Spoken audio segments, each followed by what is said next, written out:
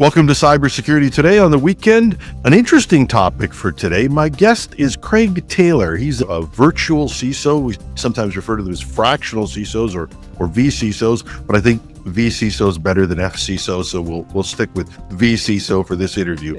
He's been doing this for 25 years, and I've been fascinated by this topic. I've hung around with a group of people who are virtual CISOs for quite some time and found them to be fascinating. But I don't think we talk about the role enough. And I don't think that it gets a lot of attention. So I'm just glad to have you. Welcome, Craig. Thank you, Jim. It's great to be here. And as you said, I've been doing this for, 25 plus years now, and a lot of interesting days in the trenches and stories. So tell me about this. Why did you become I understand it today. It's sort of a well-known thing, but 25 years ago, that had to be something you looked at and went, that was a little on the unusual side. Why a virtual CISO? In the beginning, I was employed full-time by one of these large multinational outsourcing companies. Think of it as a international MSP of a sort. It was Computer Sciences Corporation, and at the time. And they had some really interesting idea to assign a cybersecurity lead to multiple accounts. And what did they call us back then? We were lead information risk managers. This is before the virtual or fractional CISO came out. And so I went to work for a couple of accounts within Computer Sciences Corporation. DuPont was one, and then a managed service provider, a managed hosting services. The CSC decided we're going to build data centers in Sydney, Australia, Copenhagen, Newark, Delaware. And we're going to put companies that are just starting to get online into those data centers because they have a lot of security concerns. And then we're going to assign Craig as the overseer of the security of the web hosting arena. So in that sense, I was supporting multiple companies that were hosting their data and their websites in our data centers in the United States and abroad. And then after that, you sort of went off on your own, which is where you are today? I went to work for Vistaprint, JP Morgan Chase, kind of in a full-time role it wasn't their CISO, it was a security lead in their programs, and realized probably around 2014 that I could do this on my own. And part of the founding of my company, Hoot, was to build a platform, a SaaS platform that could teach cybersecurity skills and then augment it with virtual CISO services as well. So that really took off over the last 10 years. I founded a peer group where I have about 20 different virtual CISOs, fractional CISOs from different companies, not all Hoot. We all get together once a month. We talk about what's working. We bring in guest speakers to talk about what's happening in AI these days. How are we going to protect and prepare our companies for AI and all sorts of good topics? And it's really done well in that sense of camaraderie, kind of like on the Rotary Foundation. Rotary is a very similar professional organization that makes the world better, community service organization. Our peer group is just trying to share best practices and teach each other what's working, what's not, but all under the vein of virtual fractional CISO. So what was it like jumping out on your own in 2014? What was scary? Is the market like? Yeah? Yeah, it was scary at first. It was kind of forced upon me. I had an unceremonious departure from one of those two companies where they said, "We have what we need here. Thank you, Craig. Goodbye." And I had worked 20 plus years for Fortune 500 companies and had to do some soul searching. And at that time I said, let's branch out and do something for myself, like build our own company. So I got together with some former colleagues at Computer Sciences Corporation, Chuck Taylor, no relation to me. He and I got together and we decided to found this SaaS platform company. And lo and behold, we didn't have a product to sell, so we needed some money and revenue coming in. And that's where vCISO played in. We were able to cultivate half a dozen vCISO clients to help both fund and inform the development of our SaaS platform. So it was quite a nice marriage of the two, because we were dealing with security incidents at those 6 companies, and that would feed into what we train companies about because it's real-time feedback. Here, these things are happening. We need to train users not to click and to have better password hygiene, and why multi-factor is one of your best friends, that sort of thing. So it all played together. And ultimately, what you realize when you look at the mid-market SMBs and mid-market companies, 100 million or less, is that budgets are getting tighter and they can't afford a full-time person. And if they could afford a full-time person, they can't find them. There just aren't enough cybersecurity professionals in the world. You ask yourself, this mid-market firm, do we hire a full-time lawyer? No, we only hire lawyers when we need them. Do we hire a physician? No. Do we hire an electrician? Plumber? No. So why are we so focused on hiring a full-time security person? It doesn't make sense. We don't need them all the time. Thus, the birth of virtual fractional CISO. Yeah, I think and also the question of every company needed to have security services, where at one point they might have had a little bit of help from their MSP or something like that, but really didn't do much. I think the idea that smaller companies, and 100 million is not a tiny company. These companies are under attack now. At one point, I think some companies thought, well, we're too small. Who's going to bother with us? And the reality is now, cybersecurity attacks are a business. It's a franchise. Everybody's under Support attack. Organizations, they're carving up their services, will breach companies and sell those breaches to the ransomware firms. The ransomware firms will deploy ransomware, but we're not going to support it. We have that outsourced to a support organization that supports ransomware. So if you need to get your data back after paying the ransom, this organization will help you do that. How do you explain your services to these companies? Well, first of all, you got to understand cybersecurity, cyber literacy, and protecting businesses is not always rocket science. It's a lot of common sense that people might not otherwise have ever been taught. If you look at phishing, identifying and avoiding phishing attacks, or password hygiene, or the importance of multi-factor, these are not complicated things, but cybersecurity is the one field of study in the world where so many people, the majority of people, don't know what they don't know. So it's a little bit of an educational perspective to share with people, hey, did you know that I can look up your redacted passwords on the dark web? Like, the tip of the iceberg shows me half a dozen passwords for you or for any person that's been around for, say, 10 years online. And that in the hacker forums below the waterline, there's probably 100 times as many passwords for you. And if you're not using a password manager, I know you're using the same password everywhere you go, or some root plus prefix, suffix, etc. People are like, oh my God, I thought that was only in the movies. No, it's real life. This is how it happens.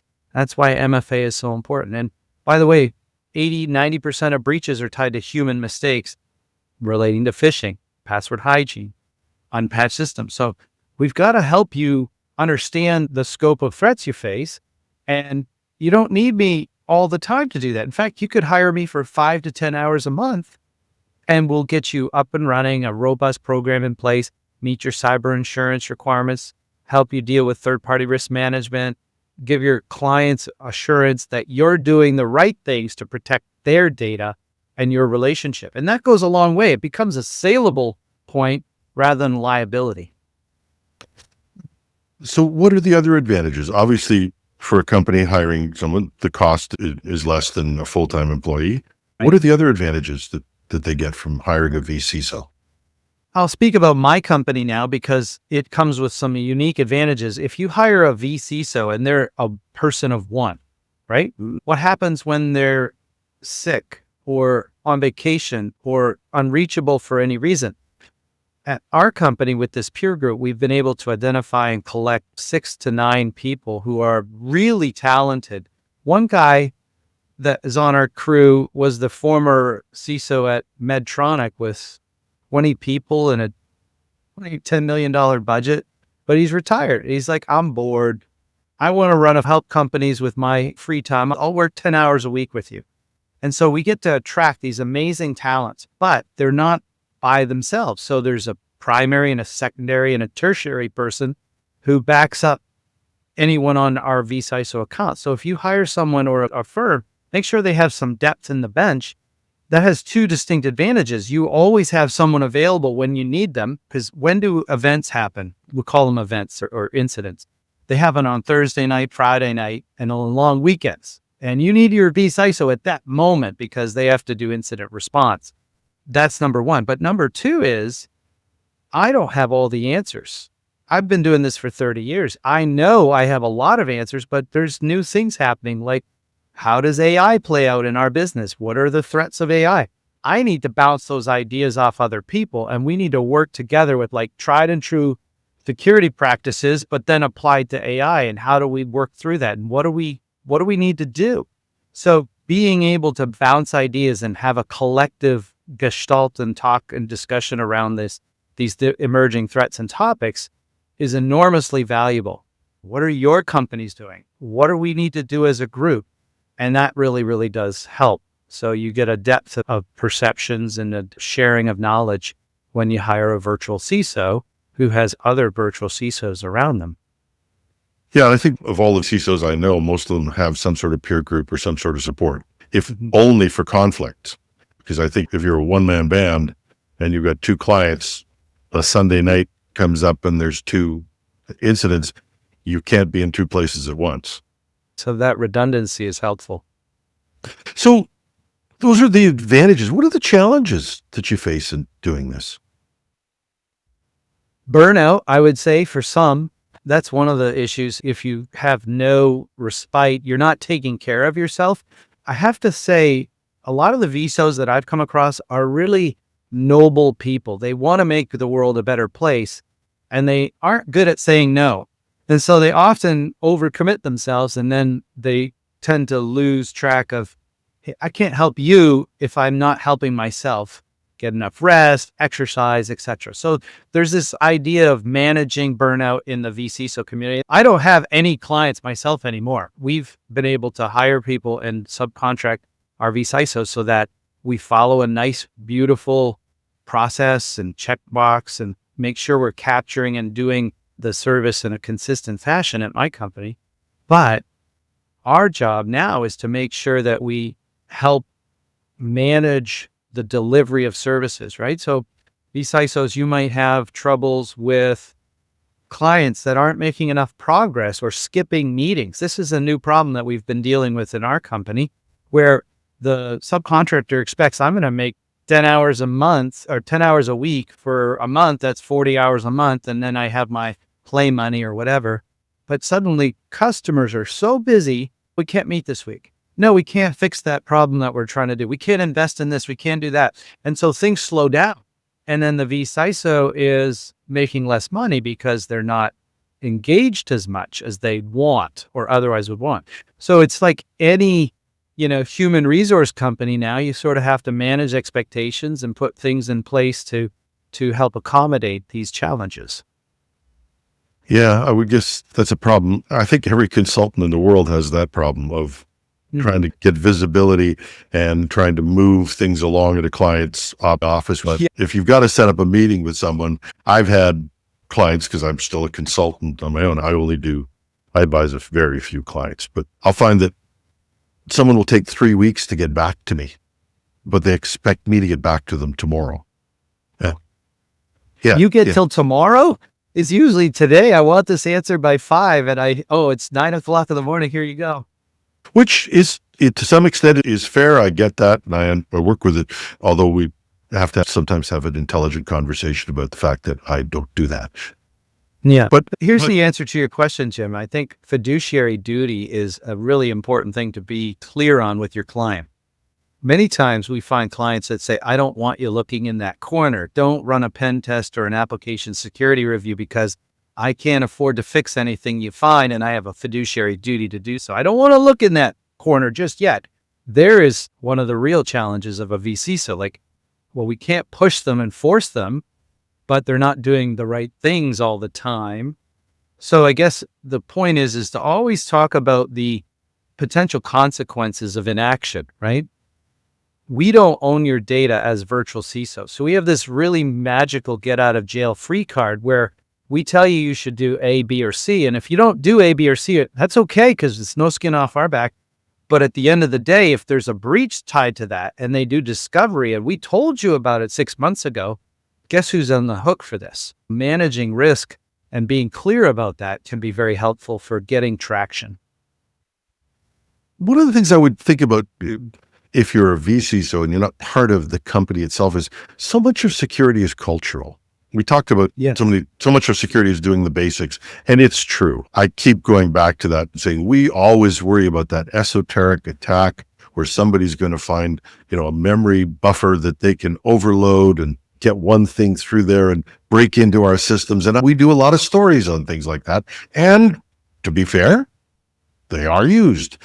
If you're chasing that and you have lousy passwords, I'd go back to passwords. But again, so much of security is cultural. How do you integrate with the client to help them move their culture along? This is something that is very near and dear to my heart. I have a degree in psychology, and I have worked 30 years in cybersecurity, and I have a love of education. So if you took those three Venn diagram, those three circles, where do they overlap? In the middle is psychology, education, and cyber literacy. Those three things have to be front and center when you want your culture to develop around cybersecurity in a company. What does that practically mean? For 75 years, psychology has said rewarded behaviors are repeated. It's that simple. If you punish a behavior, it's not also true that it extinguishes that behavior. That is a misnomer.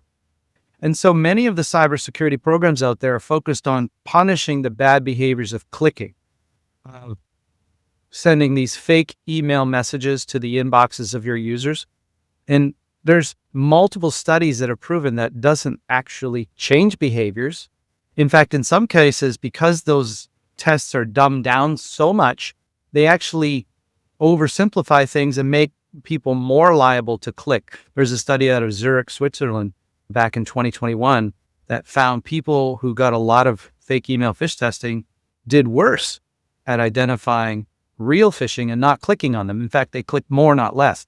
So when you use and turn to punishment and negative reinforcement of bad behaviors, you're really doing your company's culture and performance a disservice.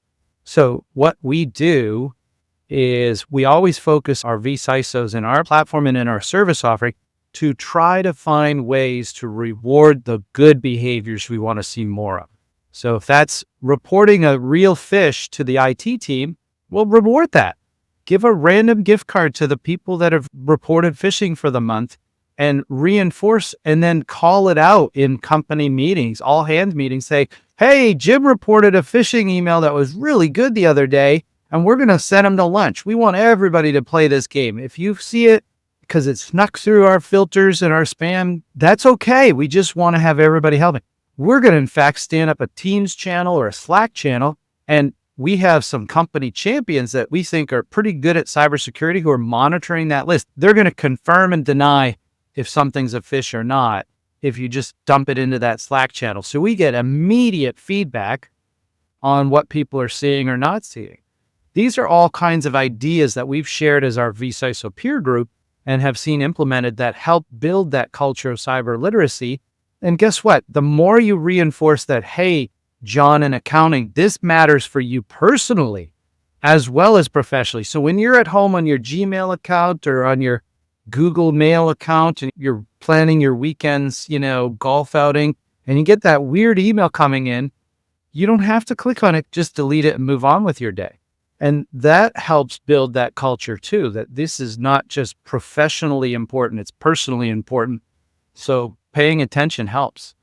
Yeah. And rewards, I can't say enough about that. My best friend, David Shipley, is a psych major and a security person as well. And he's really paid a lot of attention to how the timing of these exercises has to be and how you can overload people and manage that. But once again, it's the incentives. I think it was Charlie Munger, Warren Buffett's partner, said, show me the incentive, I'll show you the behavior. There you go. It's so universally understood in parenting, in dog training, in psychology, but it seems to have been lost in cybersecurity for some reason where we can't afford a click, punish and fire these people who are clicking. That just does not work. changing the culture, I guess, even from you're there only part of the time, but you still feel you can have a good impact on the company culture. What about the tech stack? And this is a killer for me. I always worry about or think about poor vCISOs, because there's so many.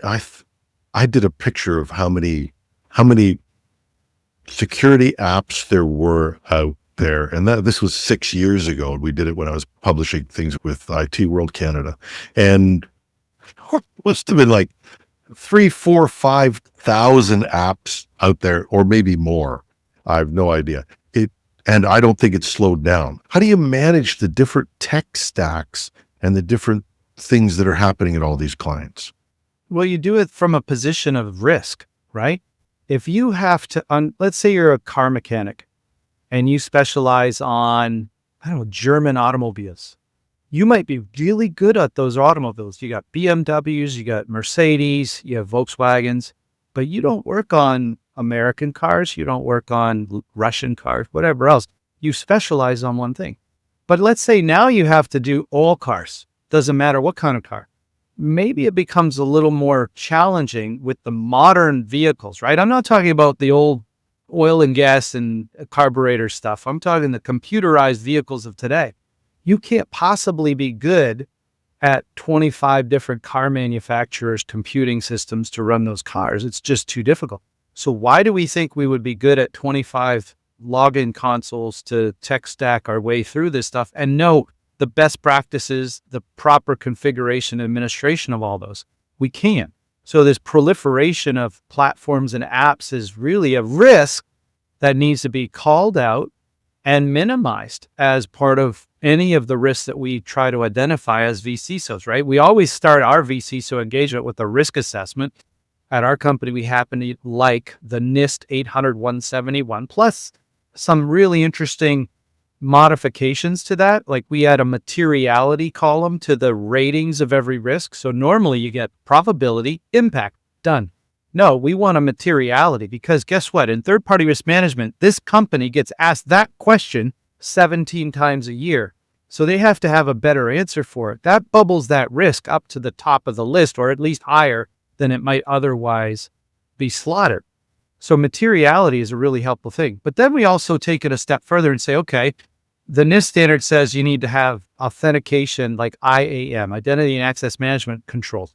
It never says anything about adopting a password manager, but the only answer to not having repeated passwords for each and every employee, making them long and strong and unique everywhere you go, is a password manager. It's not called out in the standard. We add that as a question. We make that a priority. And so I think having the threat of too many consoles, too many applications to manage an environment is a real risk. And we have to document that and come up with a strategy, right? Maybe we get rid of the peripheral vendors and we simplify with a vendor that can handle more of our tech stack in a single. So that's how it affects the client. What about the vCISO? Because I would just look at this and go, I'm expecting to see certain types of reports, certain types of data. And if I've got 6 different clients and they all have 6 different systems, how the heck do I keep my familiarity with all those different systems and the different data points or different data, the different ways data is going to be presented to me? How do you keep up with all that stuff? It depends on your service offering. Where do you draw the line of what you do within your virtual CISO offering? So for example, in our business, we're not wrench turning anything. We're not going into O365 and enabling or disabling session token theft prevention. We're talking about it. We're letting our clients' IT team or their managed service providers say, hey, Microsoft just introduced at the E1 level session token theft prevention. It's a growing threat. We've seen this happen multiple times and handled multiple incidents where that token was reached in by the hacker and removed from a browser. So you need to A, educate the employees about not, B, you need to turn on token theft prevention in O365, but that's where we draw the line. We're not going to manually go in there and turn it on for someone, nor are we going to say, your Ignite file exchange server is needing to be reviewed and audited on all these 17 different things. What you have to do is set out a policy that says share critical and sensitive information with only the person you're supposed to share it with. Don't put it in a Ignite shared, location where anyone can get to with the link. No, tie it down. But in terms of enabling that, and then perhaps even reviewing the configuration, that may or may not be part of your vCISO engagement. A lot of times, if you're going through the interface and you can get the vendor on the line, you can help make those determinations if that's part of your role and your service. But becoming an expert in 12 different file exchange services, that's a little bit beyond the scope of what typically I see in our vCISO offering. Yeah, and that's what I would think is one of the big challenges of managing, doing this role, getting the client to understand where your service stops.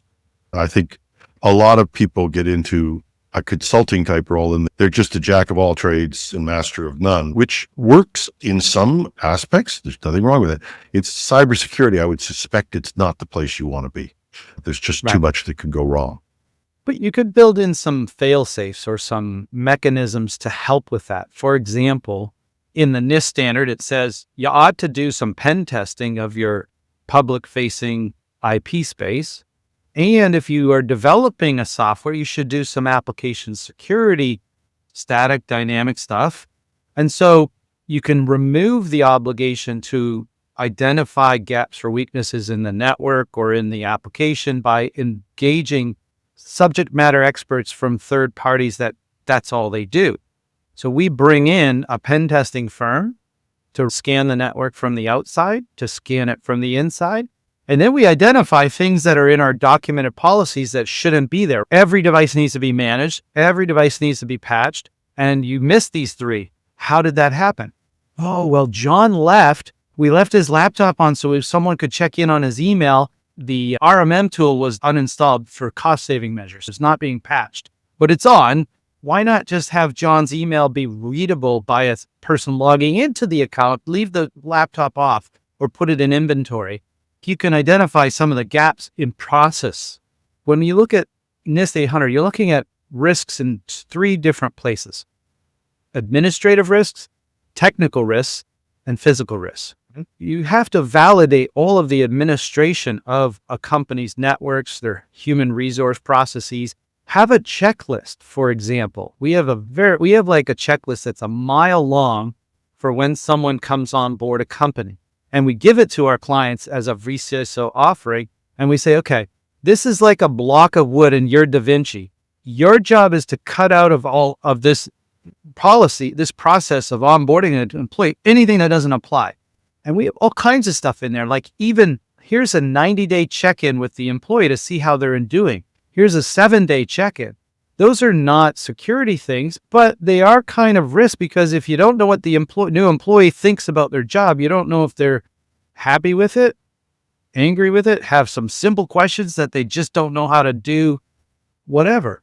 So it's kind of I think in my way, looking at the administrative risks that you might face and having people just carve that up and then taking it and reversing it for the offboarding helps you document and have a repeatable process that can avoid some of those mistakes. Yeah. And talking about relationships with other players in providing security, I think there are good MSPs out there. I think there are more bad MSPs or more risky MSPs than there are good ones. That's my own opinion. How do you deal with conflicts with the customers, providers, suppliers, and particularly their MSPs? Yeah, it's a common challenge because cybersecurity is one of those fields where you don't know what you don't know. An MSP is moving along merrily thinking, hey, we're pretty good at this. But they have no clue that they're not good at it, that they're missing or gaps. They don't roll out a password manager to their clients. They don't force MFA on every remote access entry point into the network. We just have a blog article we're going to publish tomorrow about a company that was breached with a password that was hacked or brute forced. It was a 158-year-old UK company. I'm trying to remember the name of the company now. It's just escaping me. They've gone out of business. They didn't have cyber insurance. The hackers that got in destroyed their backups and their disaster recovery servers before they implemented the ransomware. And the hacker got in on a brute force password account without MFA. And that 158-year-old company is no more. They had to shut down. They couldn't recover from it. 700 employees lost their job. That's a tragic story that was so easily avoided. But it wasn't avoided with, to our earlier point, no, they weren't hit with a 0-day. They were just brute forced, and then someone got in and boom, it was done. No EDR on the endpoints, no network segmentation to prevent lateral movement. All the classic problems that can occur. But it's simple stuff that's still leading to the demise of companies. It's not rocket science. So get all these easy, simple things in place and then work your way up the stack of things you ought to be doing, right? That's what that risk assessment's all about. If we have finite time and finite money, I want to assure my vCISO clients that we're working on the number 1, 2, 3, 4, 5 risks. And if the 10 risks are so critical and they can only afford to do 5, then we have another difficult conversation, Jim, that says, hey, Mr. CEO, CFO, you got 10 really bad risks and you're only giving me money to work on 5, or your staff 5. These other 5 are fiduciary risks that you have to address financially or from a regulatory perspective or from a best practice perspective. You ought to increase the budget here because you need these 10 things done within the next 5 months, 3 months. Those are harder questions. That's, I think, where some of our vCISOs try to bounce ideas off of each other. Like, how do you have that difficult conversation where the company says, we're going to spend X, and it's nowhere near enough to address the risk that they've sort of what you call tech debt that accumulates over time, Yeah, I think technology debt is particularly difficult these days, as much because when I was first starting out, or when I was a full-time consultant in technology, things were moving fast. Now things are moving really, really, really fast. So technology falls out of date much faster than it ever has before. I sit and think a lot because we still have a lot of really old legacy technology. You talk about this 158-year company. There are people still out there with Windows 95 running.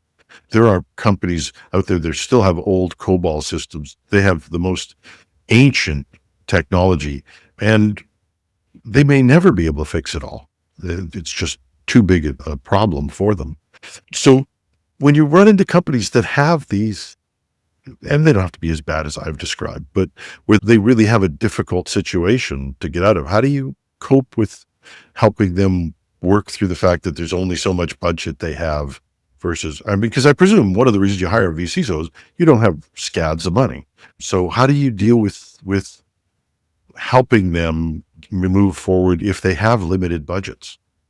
Everything is relative, right? You can't make money grow on trees for these companies that have to invest in their infrastructure. So you work on mitigating risk. We had a company that we were vCISO at that had to move via SneakerNet some files from this machine over to that machine in order to work with some really old software that just couldn't be upgraded. It was part of their foundational service delivery of whatever widget they produced. And the company that had gone out of business, I think, in one case, and they couldn't get any upgrades. There was just no upgrade path. And until they made this giant leap to a new vendor of solutions, they had to work with this old process. And I think XP was in play, Windows XP, but it worked. I mean, they were producing an excellent product, but they had this risk that they couldn't patch anything. And so what we did was we said, well, listen, you're sneaker netting it in a floppy. That represents a risk because you've already had one emergency, go find a new floppy disk drive for this computer, and you had to go to eBay and spend $1,000 on a floppy system so get 2 of them, put one on the shelf until if that ever happens again, until you make the big jump. But number 2, we're not going to put this other system on the internal network. You're going to have to keep moving these floppy disks over to here to do the work on that one machine. And it's not going to be connected to the network because it's just too likely that somebody in that network could hack that machine if it was online at any time. So you're going to keep it segmented. You're going to use it only under duress and for, your business processes. And we're going to try and limit and monitor that device separately. And we're going to accommodate the physical security risks and the lack of a replacement. Because a lot of times these systems get so old, you can't get replacement board. There was a theft at a data center that we blogged about a year and a half, 2 years ago. And the theft was really interesting. Fire showed up at the data center door and said, hey, listen, there's been a report of smoke or some kind of problem in the data center. And they weren't fire department. It was a ruse. They were trying to get into the data center to go to the certain machines that had these circuit boards that were worth $250,000 a piece. They were able to lock the data center management up in a room, go into the data center floor, harvest 8 or 9 of these boards that were $250,000 each, and walk away with $2 million in profit, right? Like they just left the building. It was well documented that this was something, because these boards were no longer manufactured and they were central to mainframe running and stuff of that nature. It is a big liability for a variety of reasons. In case there's anybody out there going, ha, ha, ha, that old technology, what terrible companies these are, I refer you to the Federal Aviation Authority in the United States, which is probably one of the biggest customers for floppy disks because their technology is so old. They're still running floppies. So it is a problem. Just we're always careful not to make fun of people because you never know when it's going to happen to you. It's an interesting job. I'm sure it's fascinating. Give me a couple of favorite stories. What's your best story of being a vCISO? What's the one you tell when you're in the bar at night? Somebody says, tell me about this. What's the best story you tell? Can I grab something from over here? Absolutely. I have a visual for this one. Yeah. I didn't find this. It's actually within reach, but one of the foundational stories about starting our own company, Hoot, about 11 years ago, I was consulting for a manufacturer, a sporting goods manufacturer, and I got called into an incident. And we're like, new hire, HR person, got an email from the president, top secret mission. You have to go buy gift cards for special end of quarter, scratch the backs off, take a picture and send it to me in an email. Don't tell anybody because this is gifts for other employees. We want it to be a surprise. And I want you to do this. Okay, so the person did it. And then they got another email. Oh, great job. Wonderful. You should have seen the faces in the room when I gave these out at the last meeting. We're going to do this again. We're going to do it multiple times. Can you go get 20 or 30 of these? And the person dutifully did that because brand new employee probably went on social media and said, I'm so excited to be starting at this company and I'm my first job out of college. So fast forward 2 weeks, she or he had maxed out their credit card, their company card. They had gotten an expansion on their card because they had presidential authority to buy these things, right? The president wants me to do this with company. And then they'd gone onto their own personal card they had maxed out and they had accumulated about $24,000 of gift cards. And these are $100 each, right? We're not talking just minor ones. This is 11 or 12 years ago. All these, all dutifully scratched off and sent back $24,000 before anyone asked, what the heck are you doing? You keep leaving your desk and coming back and leaving your desk and going to different places. Now, to be fair, this can't happen today because Walmart and every other vendor of gift cards will, when you buy more than one, is like, why are you buying these? They actually have their checkout counters that, but this was such a simple bit of knowledge that was missing from this person. Very good human being, but didn't know what was wrong with what she was doing or he was doing. So for those of you, because we're an audio podcast, and if you're watching YouTube, you saw that is that are those the actual cards you have there? Yes. This is so the holy $1,000 and $100 Apple gift cards. Yeah. So for those of us just listening to the audio podcast, you're holding up a bag of cards. But by the way, you can still get away with a fair amount of this in the modern world. People give away these gift cards all the time. People can go out and buy 10 or 20 of them. They'll let you. Thank God they'll ask you. And I'm glad that they also ask older people because I think that it's a soapbox I have, but I'm never going to step off of it. And that is, we do not protect our elderly. We do not protect people who are old, who are vulnerable in some aspects. You don't have to be old to be vulnerable. There are people who are lonely. There are people who are intellectually challenged. Whatever it is, we let them be taken by these cyber crooks by not being good neighbors and doing what I think they're doing at Walmart, which is saying, you really sure you want to do this? Right. I think, that's, I thank them for that. And I hope every business will do that. When you see something that looks a little abnormal, just ask a question. Right. You know, why are you doing that? Well, if I may just throw a little plug in for the education that we put out at our company, we have a video in our 2026 program, no, 2025. So we put out 12 new videos a year to deliver once a month, 2 to 3 minutes on some topic that is germane to cyber threats we face. One of them this year was on financial crimes. And since we're on a podcast talking about this, we cover romance scams where you might be catfished, right? Where you are getting, you're lonely. To your earlier point, you're lonely and someone says the right things and they build a relationship with you. And then all of a sudden they have an accident. I need 2,000. I'm in the hospital. Oh my God, I crashed my car, blah, blah, blah. You need to verify and have a method of recognizing that catfishing happens a lot. Romance scams happen a lot. Charity scams. Here's a natural disaster. There's a flood in your hometown or where you grew up. And suddenly charities pop up and they say, donate for the relief. And it's not a legitimate charity. There's ways you can ask ChatGPT, what's the validity of this charity organization? What's their rating? There are organizations that rate charities for how much money they collect and how much they give out. It should be close to 100%, but it isn't. So be aware of that. Overpayment scams. How many of us have sold something on Facebook Marketplace or some other Gigi, right? You sell it and someone pays you $300 for a $100 item. Oh my God, red flag, do not send money back because you never got the $300. You're going to give $200 to a hacker.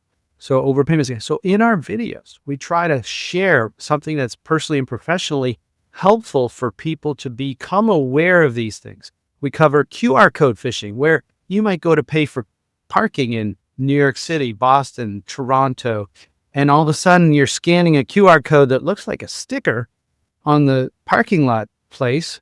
Does this make sense? No, it doesn't, because that could be paying a hacker for your parking and you're going to get a ticket when you come out of your venue. Yeah. That's and important. I'm a big proponent myself. And I don't know if you agree with this or not. I think everybody, especially elderly people you think are vulnerable, should be given access to AI on their phone and taught to ask one question. Is this a scam? Right. And you would be surprised at how good AI is in picking this up. I actually found one that came very close to fooling me. And I will tell you, it was really, really well done. They had everything about Apple's pages down, including an abundance of pages behind it. And, I always say, I'm not bragging about this. I don't need you to test me out there, boys and girls. But I looked at this thing and I went, there's just something off about this.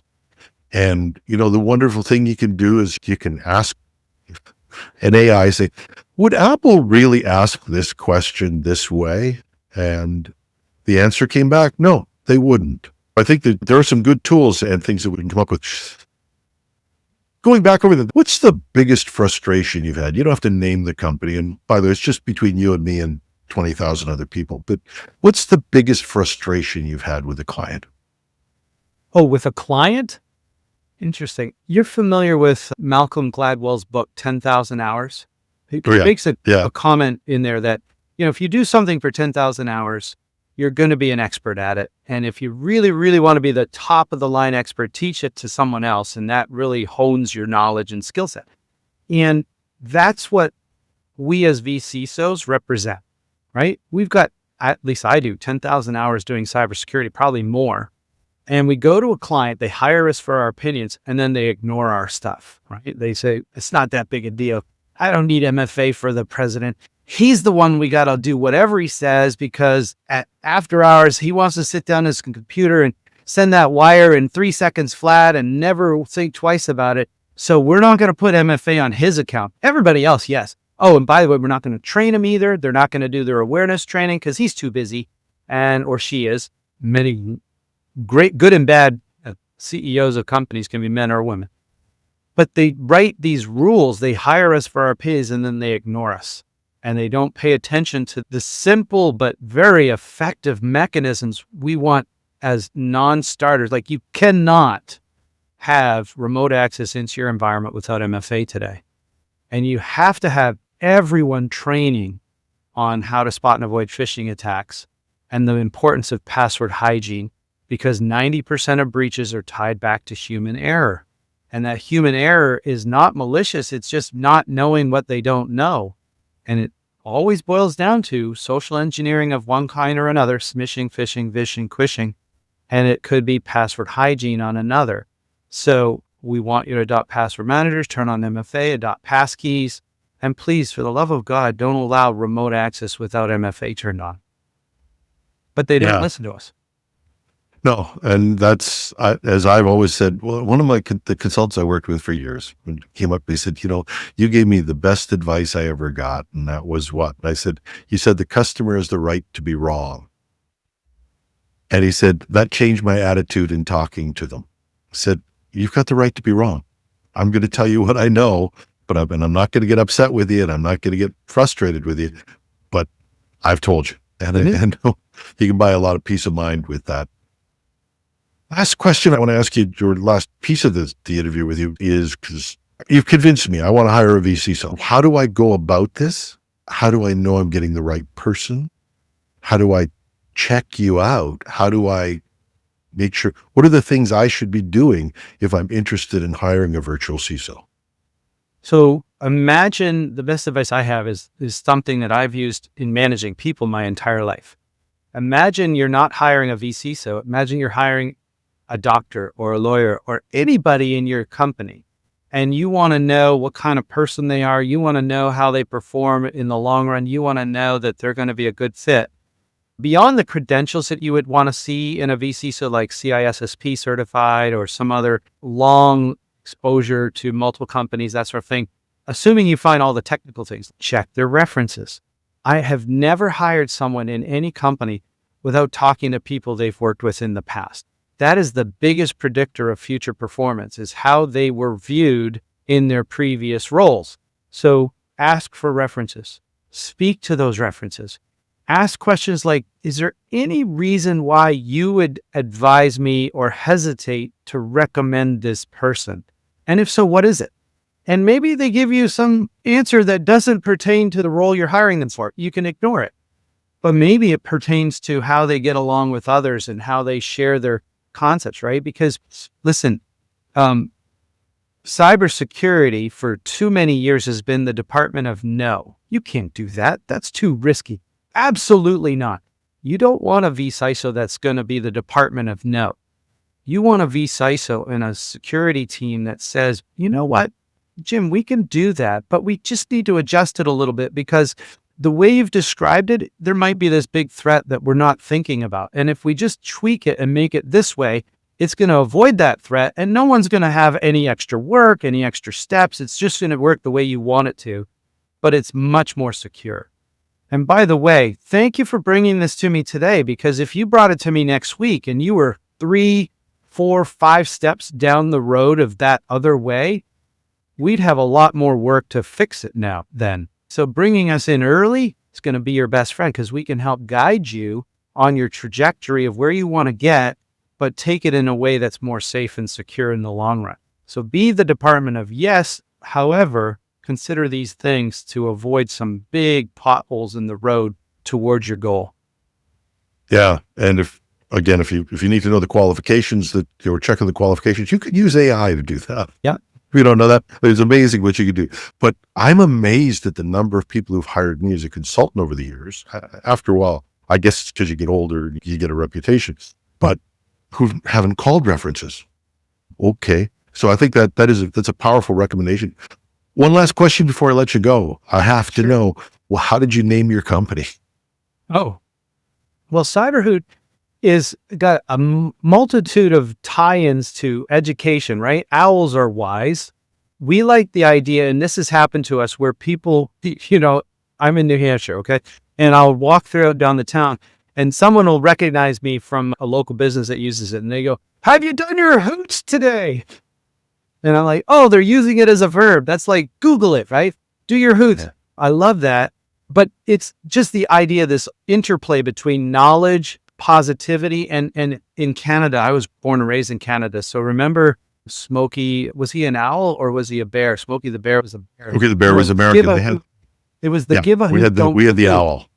Remember, give a hoot, don't pollute. That was the old thing. But it was all about being conscious, socially responsible, right? And I think that's what we're trying to do. We're trying to create a social responsibility to share these simple things that you can do to protect your life from these $10 trillion industry, that's stealing money from businesses and individuals and elders. So it's really this whole conglomeration of things, right? It's the knowledge, the social benefit, and trying to impart that on others is how we came up with. Plus, the domain name was available, Cyberhoot. That could be a challenge these days.